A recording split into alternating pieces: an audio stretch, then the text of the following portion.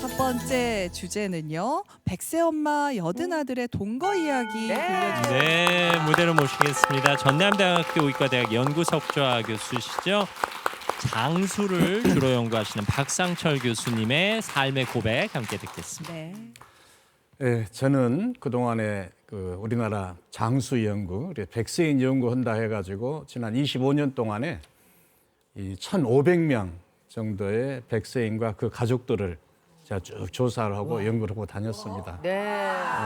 그런데 그 백세인들을 보면서 그런 나이에도 정말 그 열심히 사시는 그런 모습을 보면서 제가 많은 감동을 했습니다. 그래서 정말 이 나이 든다는 것이 어떤 의미가 있는가. 그리고 또 한 가지는 이 정말 산다는 것이 얼마나 참, 그리고 오래 나이 들어서 산다는 것이 얼마나 거룩한 일인가 그런 생각을 했었습니다. 네. 그래서 저는 그것을 쭉 객관적으로 이렇게 조사해 왔었는데 이제는 뭐 제가 주관적으로 직접 제가 그런 체험을 한 제가 실제 이 장수이신 분과 살면서 느낀 그런 이야기를 오늘 여러분과 말씀드리도록 하겠습니다. 네. 되시겠네요. 그러니까 어머니께서 지금 연세가 어떻게 되시는 거예요? 97이십니다. 97. 저 곧 백세시다. 이야, 그러면은 몇 살에 얼마나 얼마 만에 고향으로 돌아가시게 되신 제가 거예요? 20살에 떠나가지고 그 70살에 돌아갔으니까 50년 만에. 아니 그러면은 어머니랑 살게 된 뭔가 특별한 계기가 있으셨던 거예요? 결정적인 계기는 아버지가 돌아가신 것이죠.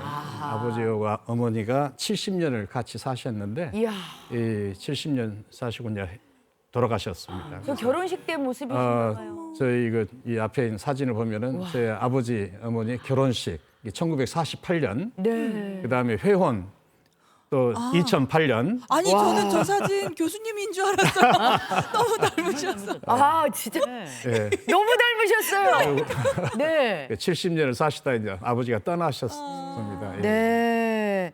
아니 근데 금슬이 참 좋으셨었나 봐요. 두 분 다 사진에 다 웃고 계세요. 네. 저희 아버지 어머니는 정말로 부창부수 정말 금슬이 뭐 저희들이 자식들이 보기도 부러울 정도로 아주 참 좋으셨습니다. 이 아버지가 이제 돌아가시고 나서 바로 얼마 안 있어서 어머니가 그냥 기력이 떨어지시고 또 건강이 안 좋으셔가지고 바로 사경에 헤매셨습니다. 그 정도로. 그 정도로 빨리. 예, 2달도 안 돼서 그래서 제가 이제 가서 저희들이 이제 이렇게 위로를 드리면은 우리 어머니 하신 말씀이 네 예비가 나 부르는 모양이다. 이러셔서 제가 아주 가슴이 아주 멍멍. 아유, 이게 한 적이 마음이 있었습니다. 이렇게 그렇지. 약해지면 예, 예. 그런 말씀 하게 되시잖아요. 아유, 그래, 아버님도 장수하신 셈인데. 뭐 92살에 돌아가셨어요. 네. 뭐 100세 못 채우셔서 장수했단 말은 제가 안 합니다. 근데 어머님께서 이제 상심이 크시니까 예. 그냥 입에서 원래 그런 얘기 들으면 자식들이 싫어하는데도 그냥 입에서 그냥 넋두리처럼 나오셨나 봐요. 그렇습니다. 예. 예. 그런데 또 다음 중요한 계기가 뭐냐면은 네. 아버지 이제 그 장례식의 입관 때, 네. 입관 때 그 수의는 어머니가 이제 준비하셨다 그래서 별 신경 안 썼는데 입관 때 아버니를 뵈니까 그 삼배 수의 옷 네. 위에 색이 바랜 그런 그 두루마기를 입고 계시더라고요. 그래서 제가 그것이 상당히 마음이 안 좋았습니다. 그래서 네. 나중에 어머니한테 어머니 아버지 수의가 좀 그렇습니다 하고 제가 항의를 했습니다. 네. 그때 어머니가 하신 말씀이 저를 딱 쳐다보시면서 그 두루마기 네 예비가 재행 때 입고 온 두루마기다. 재행이요? 이 결혼하시고 나서 저희 처갓집에 오실 때 그때 입고 오셨던 두루마기를 이야.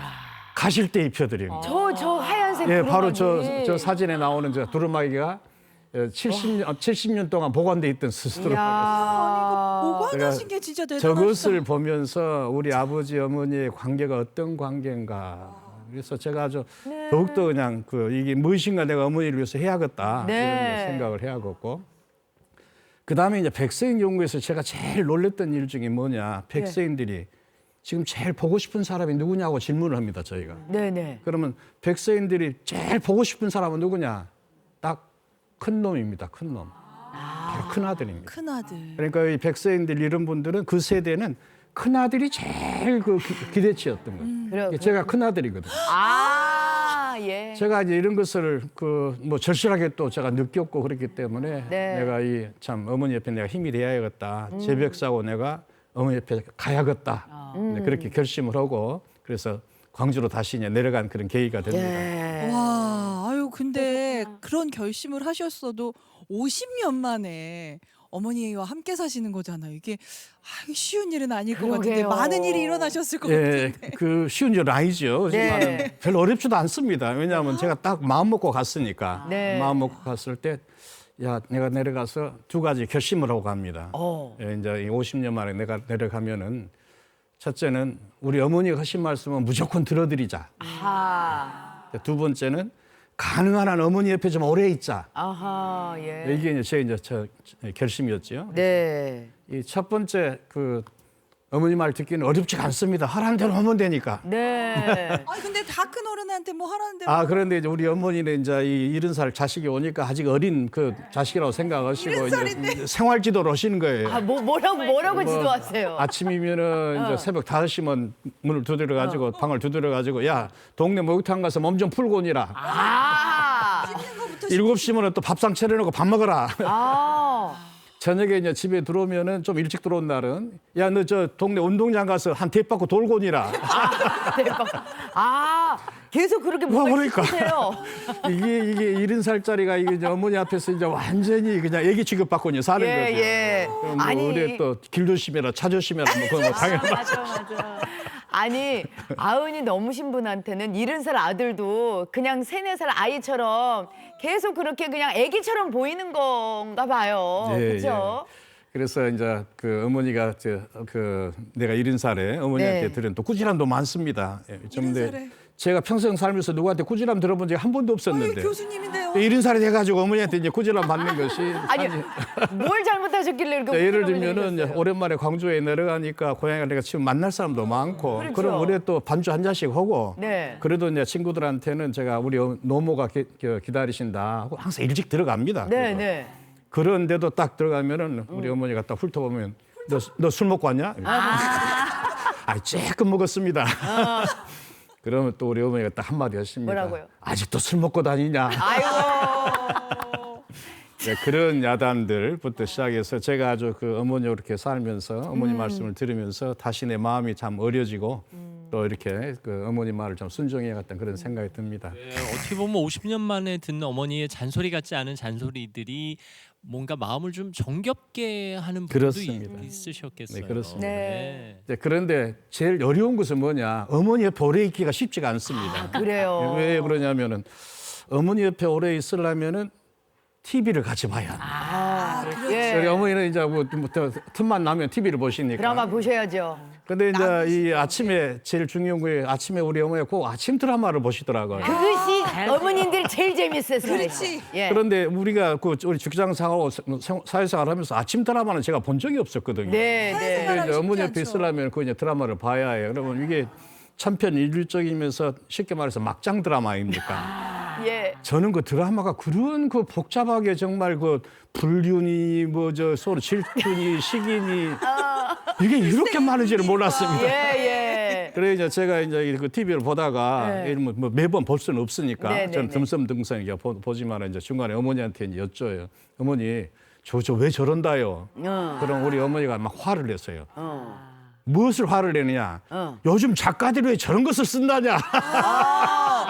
작가한테 화를 내세요. 네, 이제 그렇게 이제 화도 내시고 이제 그러십니다. 그러나 이 TV를 이렇게 이제 보면서 이제 어머니가 TV 보시면은 이제 제가 채널권이 없지 않습니까? 그리고 이제 저는 뉴스 쇼과 보려고 해도 이제 어머니 눈치 봐야 하거든요. 그러니까 이제 제가 없을 때 제 여동생이 제 오빠가 이거 한 것이 좀 마음에 안 들어. 그래서 엄마한테 이제 어머니한테 이야기했답니다. 엄마, 오빠 방에도 텔레비전에 갖다 놔야겠어. 그랬더니 우리 어머니 안 된다. 그래. 왜요? 왜? 왜 안 되냐? 그 말이 저한테 충격이었습니다. 뭐라고 하셨는데요? 당연히 뭐 제가 어머니 옆에서 오래 같이 있기를 바래서 그런 마음이 아니라 우리 여동생한테 한 이야기가 뭐냐? 니네 오빠는 공부해야 하는데 무슨 TV다냐? 아니, 뭐 나름대로 학교에서 저도 활동하고 다니고 어디 가서 얼얼한 소리도 듣고 있는데 예. 어머니가 딱 그렇게 말씀하신 거 보니까 이건 아직도 저는 어머니 밑에서는 한참 예. 공부해야 하는 학생 어린 아들입니다. 어린 그러니까 아들. 교수님은 어리셔서 안 돼. 테레비는 안 돼.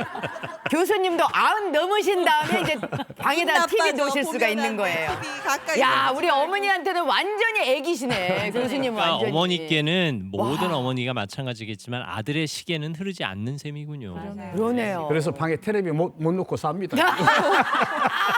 사실 교수님 직장도 광주로 옮기셨지만 예. 여전히 서울, 광주 또 다른 지역 도시들 다니면서 바쁘게 활동하시잖아요. 예, 그러니까 이제 전 아직도 뭐 대구에도 저 일이 있고 또 서울에도 일이 있고 또 광주에도 일이 그러니까 이 세 지역을 왔다 갔다 하면서 이제 지내고 네. 있습니다. 근데 우리 여동생들이 보기에 그 오빠가 참 안쓰러워. 그래서 어머니한테 그랬다면 일은 너무 오빠가 왔다 갔다 하느라고 고생하니까 엄마가 좀 칭찬도 해주고 격려 좀 해주시오 이렇게 여동생 이야기했어. 근데 우리 어머니 하신 말씀이 딱 뭐냐? 뭐라고요?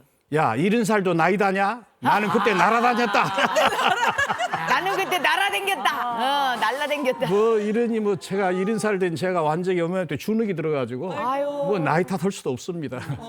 이제 그런 걸 보면서 어머니하고 삶이 그렇게 해서 이제 시작이 됐습니다. 아유, 근데 이렇게 어머님이 아들 70이 넘었지만 음. 아들 키우면서 이렇게 젊은 시절에 엄마로 돌아가신 듯한 느낌을 받으실 것 그러게요. 같다는 생각이 들어요. 어머니 예. 정신 건강에는 좋지 않을까 싶어요. 예, 그래서 사실은 그 이런 유명한 스터디가 있습니다. 그 하버드대 앨런 랭건하는 교수가 뭘 발표를 했냐면은 이 카운트 클락와이즈 스터디라 해가지고 시간을 거꾸로라는 그 연구를 했는데 네. 그 양론에 사는 7, 80대 노인들을 데리고 환경을 바꿔가지고 예를 들면 가구라든지 뭐 TV라든지 신문이라든지 이런 것을 20년 전 이게 1979년 한 연구가 1959년도 똑같이 해서 그 속에서 거울을 없애버리고 마음대로 이제 생활하겠다니 딱 일주일 만에 네.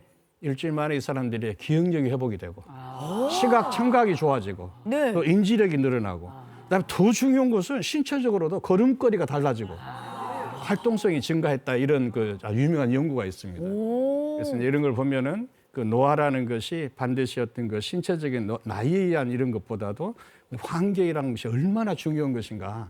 그 환경의 변화에 따라서 이 노화의 상태를 바꿀 수 있지 않겠는가 이제 그런 연구가 되어 있습니다. 하긴 저만 해도 뭐 스마트폰도 없고 텔레비전도 없고 또 주문하는 기계도 없고 이런 마을이 있다면 그 마을에 여행 가서 한 달 정도 편안하게 살고 싶다 이런 생각이 들 때가 있어요. 바로 그렇습니다. 네. 그럼 전혀 또 다른 환경에서 이제 그러니까. 새로운 그 마음가짐이 가지게 되는 네. 거예요. 저희 이제 어머니도 그러고 저도 그러고 네.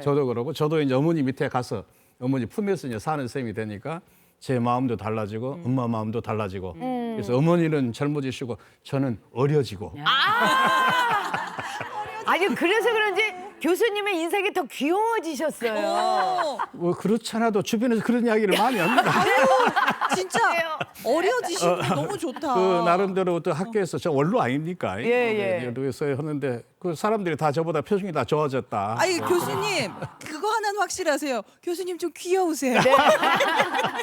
진짜 어느덧 그렇게 사신 지도 꽤 돼서 어머니는 예. 이제 100세를 바라보시고 또 교수님은 80을 바라보시는 예. 나이가 된 그러니까 거잖아요. 10년 가까이 되셨어요. 네. 예. 네. 아니 근데 이렇게 같이 살면 젊어지는 거 말고도 좀 좋은 게 어떤 게 있을까요? 예, 이제 제일 중요한 게 제가 이제 그 50년 동안에 제가 그 고향을 그 광주를 추석하고 구정 설하고는 항상 내려갑니다. 네. 그리고 지금 대소사 있으면 내려갑니다.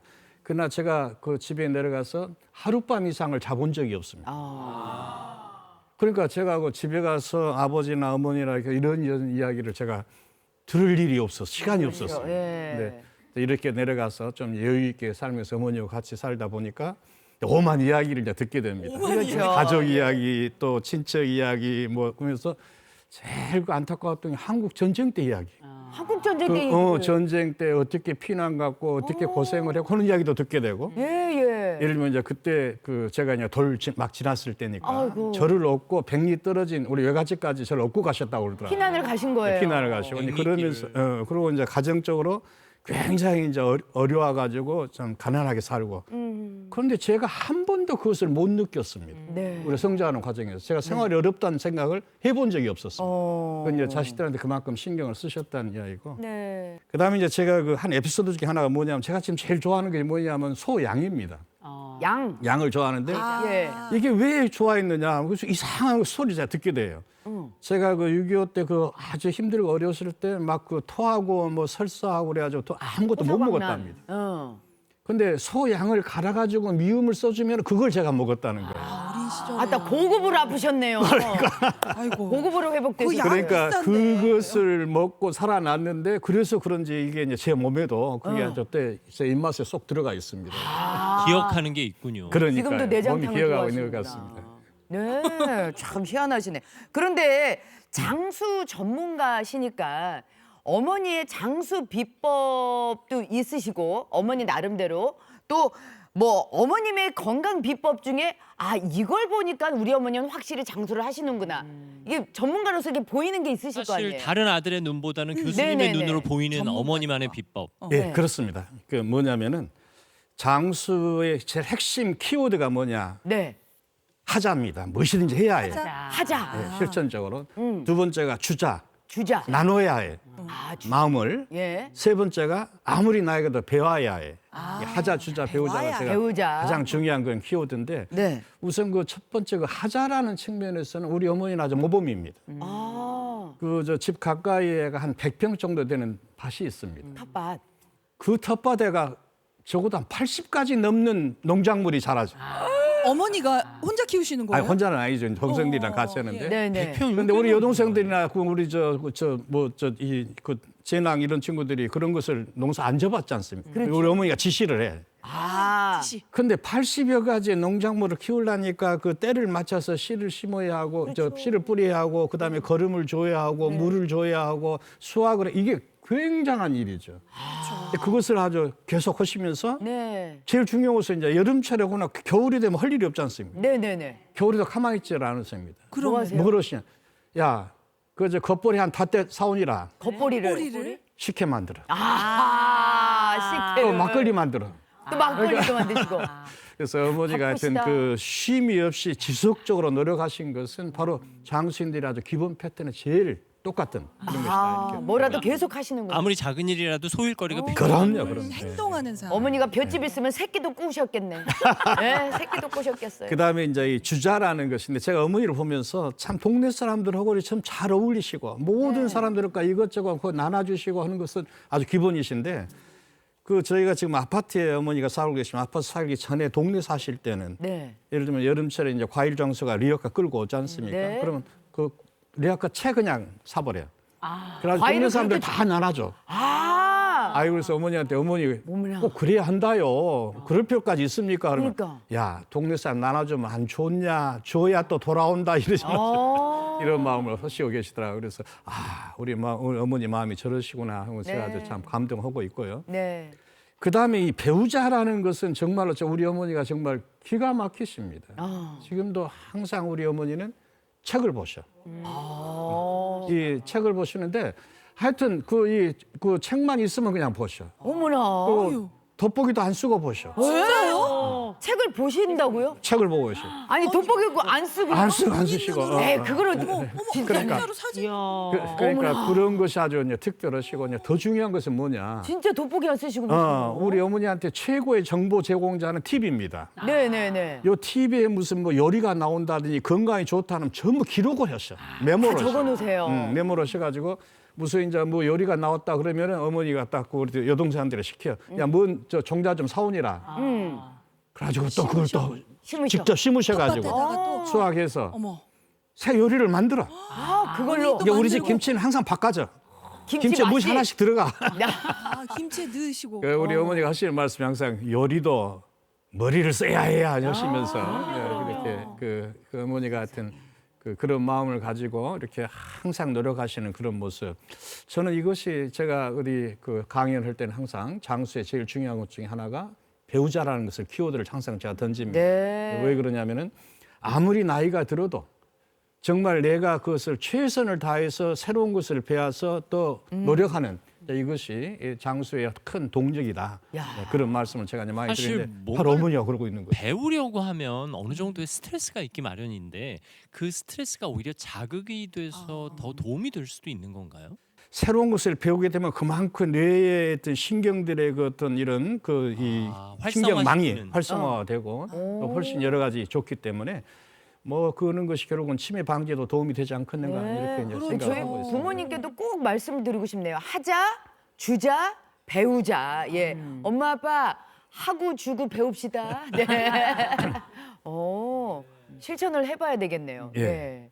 그런데 이제 그 이 나이가 들어가면은 그 꼭 건강하게만 살 수 있는 것은 아니지 않습니까? 그렇죠. 아프죠. 이제 제 어머니도 그 많은 그 이런 또 질병을 또 치료를 하는 그런 것이 있었습니다. 그 중에 제일 대표적인 것이 치아. 치아. 치아가 워낙 안 좋으셔가지고 30년 이상을 고생을 많이 하셨습니다. 제가 이제 내려가서 보니까 이게 안 되겠어요. 그래서 치과 의사들하고 상의해가지고 보니까 임플란트가 가능하다는 거예요. 그 연세에도 91살에서 93살 사이에 그래서 15개를 임플란트. 어머나.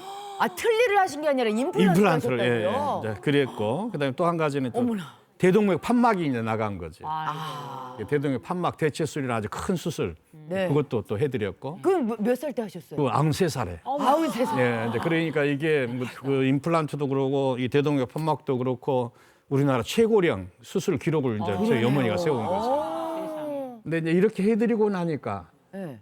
우리 어머니의 컨디션이 엄청나게 좋아지신 거죠. 그러세요? 우선 치아가 좋아지시니까 당신이 먹고 싶었던 거, 몇십 년 동안 못 먹던 거, 한 번 이제 그 집에를 내려갔더니 우리 어머니가 딱 저 보는데 표정이 좋아. 뭐 좋은 일 있어? 그랬더니 나 깍두기 씹었다. 세상에. 그걸 자랑하세요. 아, 그럼 이제 그다음에 육회를 씹었다. 이제 이걸 자랑하시는 거예요. 근데 제가 충격이 뭐냐? 그 올게살이라는 것이 있습니다. 그 쌀을 쪄가지고 그 아주 딱딱 해가지고. 아, 올게살이 그 저 식탁에 있는 거예요. 그래서 야 이게 뭐냐 그랬더니 어머니가 드시려고 갖다 놨다 이거. 아니 세상에 아무리 임플란트 했다고 올게살을 드시오 그랬더니 우리 어머니가 웃으면서 야 그냥 먹는다냐 물에다 불 켜가지고 먹는 것이다 그러시더라고요. 예, 그만큼 삶의 질이 달라지시고 또 대동맥 판막 이걸 하고 나니까 이제 밭에 가서 일하시는데 지장이 없고. 네.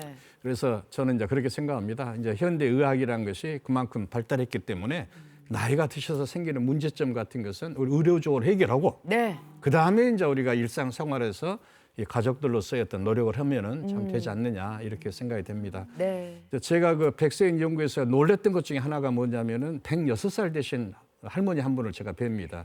화순 지역에서 만난 백세 어르신인데 이 어르신은 각종 질환을 다 겪었어요.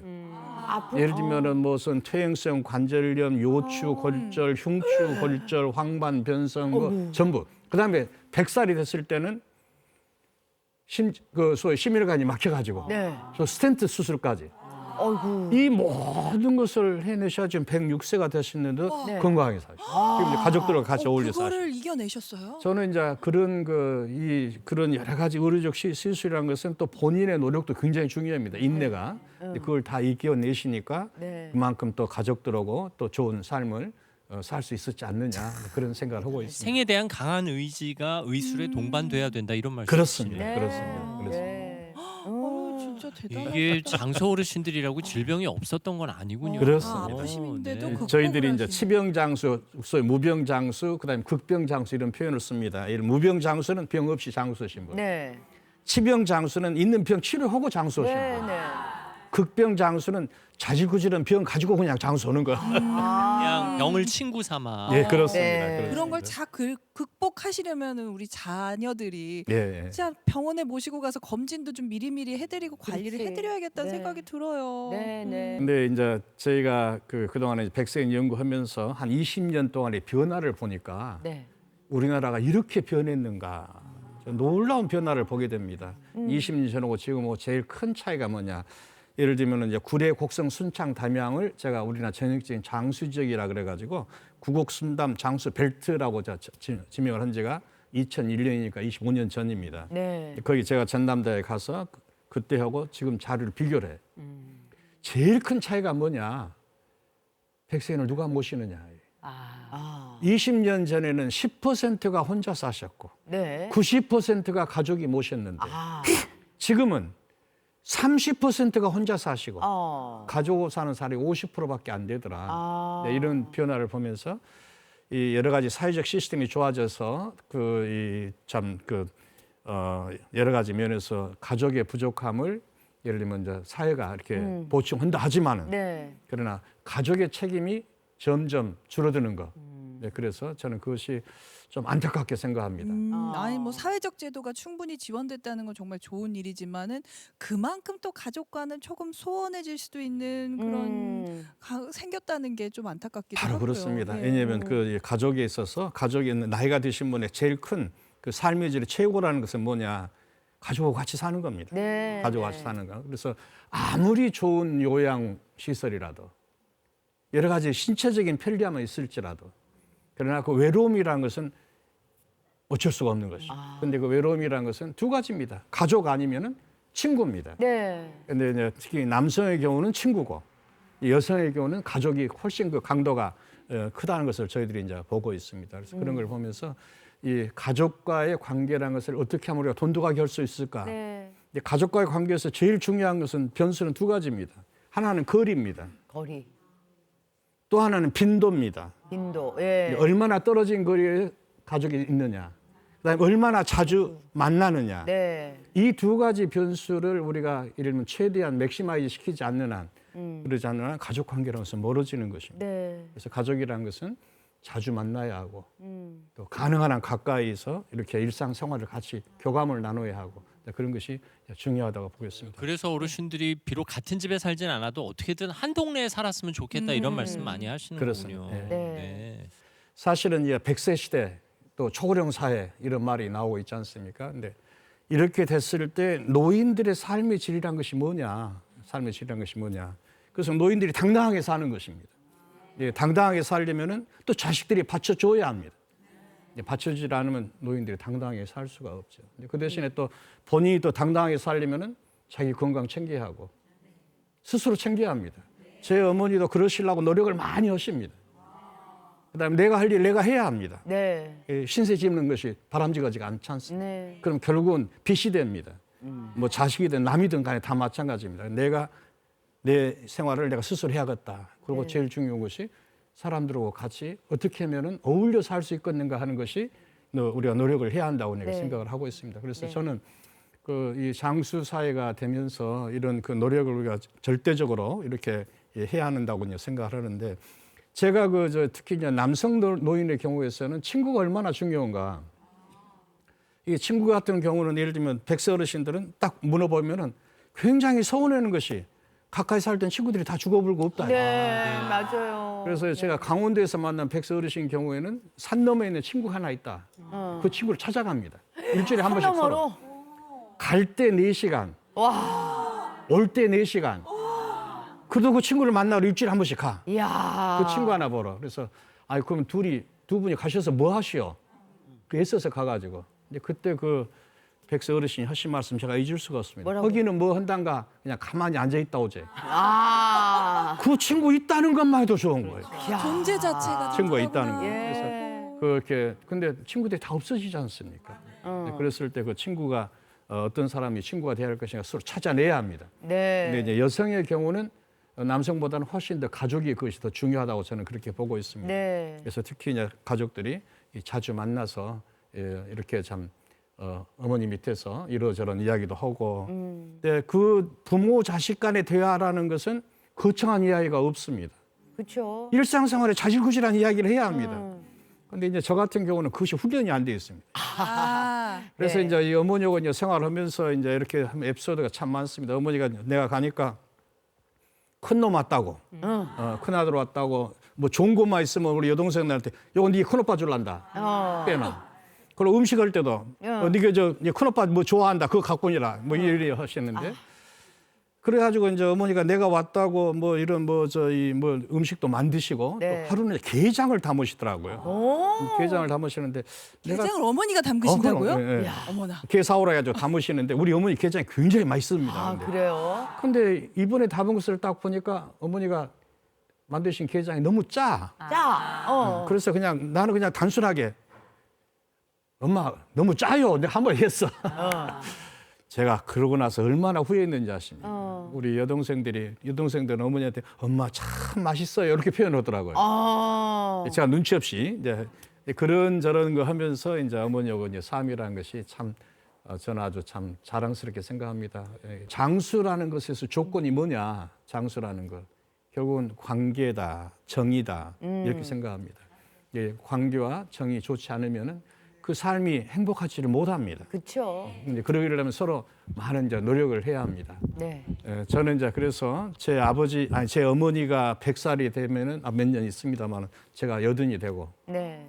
제가 100살이 되면은 우리 어머니 120살이 됩니다. 오, 그렇죠. 근데 120살이라는 나이가 불가능한 나이가 아닙니다. 그렇죠, 왜냐하면 앞으로. 세계 교력이 122세하고 156일을 사신 분이 계셨어요. 네. 우리 어머니가 뭐 기록을 못 세우시더라도 그 정도까지는 가실 수 있지 않겠는가. 저는 이제 우리 어머니가 그때까지 건강하게 그렇게 사시기를 이제 간절히 빌면서 네. 네. 교수님 몇 년 후에 한 번 더 나오셔야 되겠네요.